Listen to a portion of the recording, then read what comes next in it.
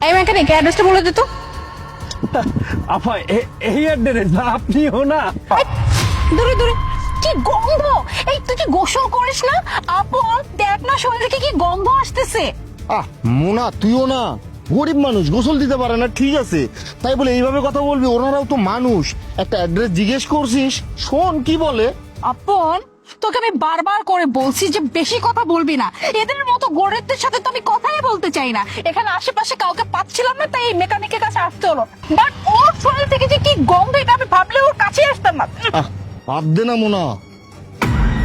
এই, কি ব্যাপার? জোকস বলছি নাকি আমি কোনো, নাকি আমরা দুজনের মধ্যে থেকে কেউ Joker?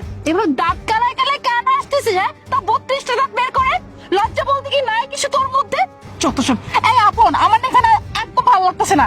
I cut they, cut they.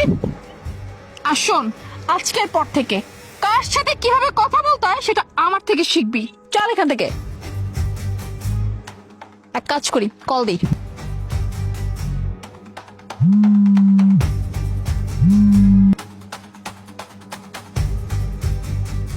Hello. শুনুন না, আপনার অ্যাড্রেসটা না খুঁজেই পাচ্ছি না, কখন থেকে ঘুরঘুর ঘুরঘুর করে নিয়ে যাচ্ছি। আপনি একটু কাইন্ডলি আমাদেরকে এসে রিসিভ করে নিয়ে যাবেন প্লিজ। আপা আপনার স্টার থেকে বসুন, বাসায় চলে যান। আপনার আমারে পছন্দ হইব না। হোয়াট? আপনি কি বলছেন যে আপনাকে আমার পছন্দ হবে না? আপনাকে তো আমি দেখলামই না, কথাই হলো না। আর বাবা যেহেতু আপনাকে আমার জন্য পছন্দ করেছে, আপনাকে আমার পছন্দ হবে। আপনি প্লিজ এসে আমাদেরকে নিয়ে যান। মোনা, আমার মনে হয় আমরা যার সাথে দেখা করতে আসছি এই লোকটাই সেই লোক যার সাথে তুই খারাপ ব্যবহার করলি।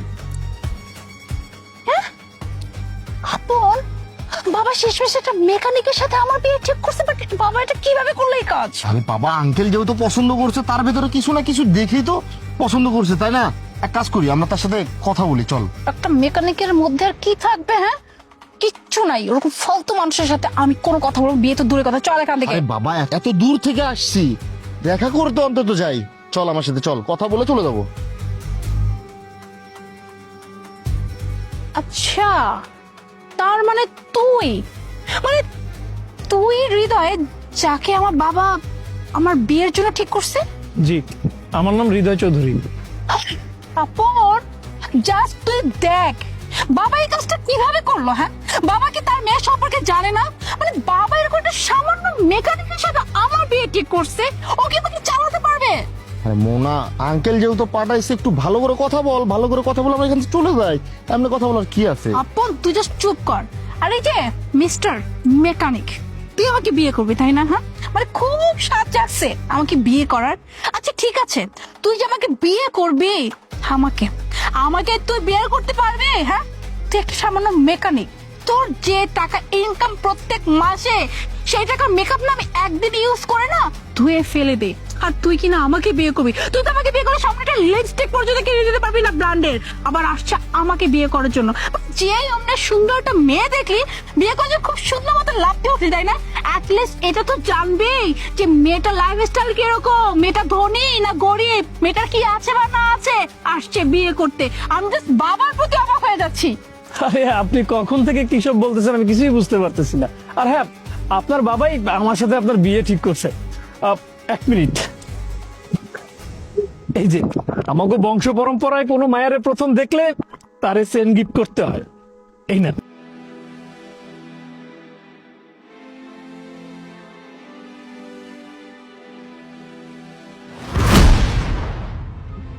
একটা সামান্য সিটি গোল্ডের চেইন দিয়ে তুই বলছিস কি আমাকে? হ্যাঁ, তোদের বংশের পরম্পরা, মেয়ে দেখতে আসলে বা মেয়ে দেখলে তাকে চেইন দিতে হয়।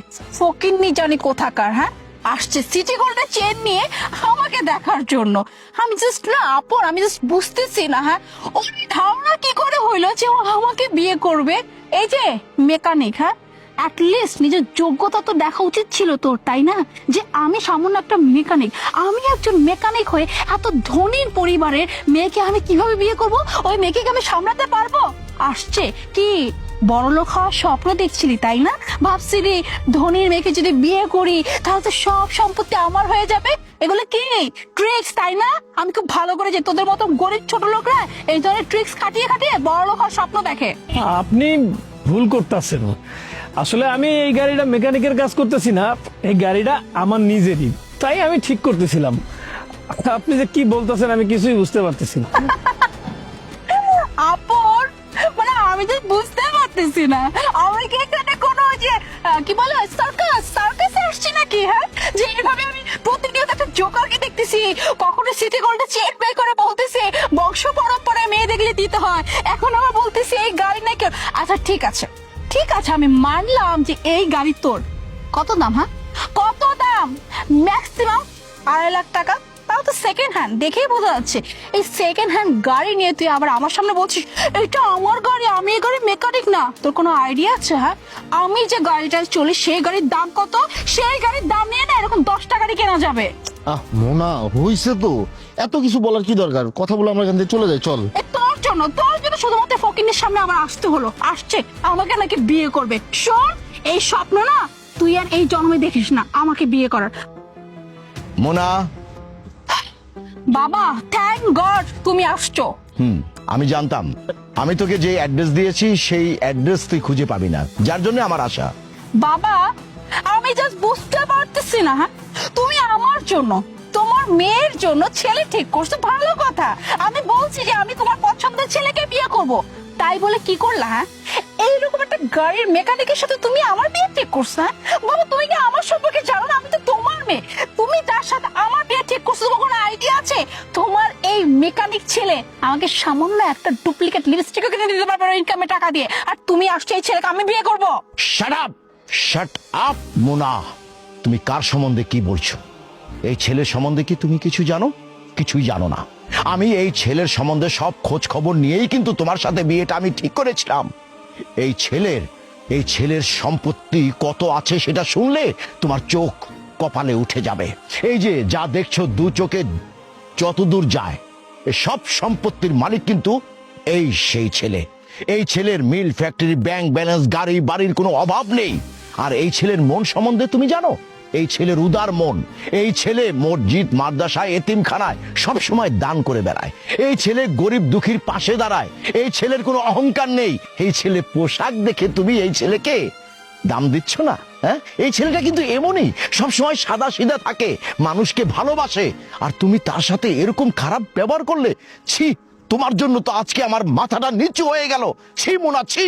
বাবা তার মানে তুমি এই ছেলের ব্যাপারে যা কিছু বলছিল পুরোটাই সত্যি? মানে এই ছেলে সত্যি অনেক রিচ? দেখ, তোরা আমি বারবার না করলাম যে একটা মানুষের সাথে এইভাবে ব্যবহার করিস না। যেহেতু আঙ্কেল পছন্দ করছে, আমি তোকে কিন্তু বারবার বললাম যে ওনার ভেতরে হয়তো বা কিছু আছে, নাহলে আঙ্কেল তো ওনাকে পছন্দ করবে না। কিন্তু তুই তো আমার কথাই শুনলি না, যা না তা বললি। আর দেখ, ছেলেটা তোকে একটা চেন গিফট করছে, গিফট তো গিফটই হতে, তাই না? গিফটটা দিছে, তুই গিফটটা ফালাই দিলি কেন? কারণ ও ছোট লোক। কি না কি বললিস? ছি মোনা, আমি তোর থেকে এটা কখনো আশা করি নাই। সরি আপন, আসলে ঠিকই বলছিস, ভুলটা আসলে আমারই। আমি ওনাকে না চিনে না বুঝে তো কিছু বলে ফেলছি। Listen, I am really sorry. Actually আমি আপনাকে বুঝতে পারিনি, বুঝছেন? ভুল বুঝে আপনার সাথে দুর্ব্যবহার করে ফেলছি। যদি পারেন প্লিজ আমাকে মাফ করে দিবেন। আমার আপনাকে পছন্দ হয়েছে। আপনি কি আমাকে বিয়ে করবেন? না, আমার আপনাকে পছন্দ হয়নি, আমি আপনাকে বিয়ে করতে পারবো না। কি অবাক হচ্ছেন? আমি শুদ্ধ ভাষায় কথা বলছি তাই? শুনুন, আমি অশিক্ষিত না, আমি মাস্টার্স কমপ্লিট করা একটা ছেলে। And for your kind information, এই গাড়িটার দাম 2.5 লক্ষ টাকা না।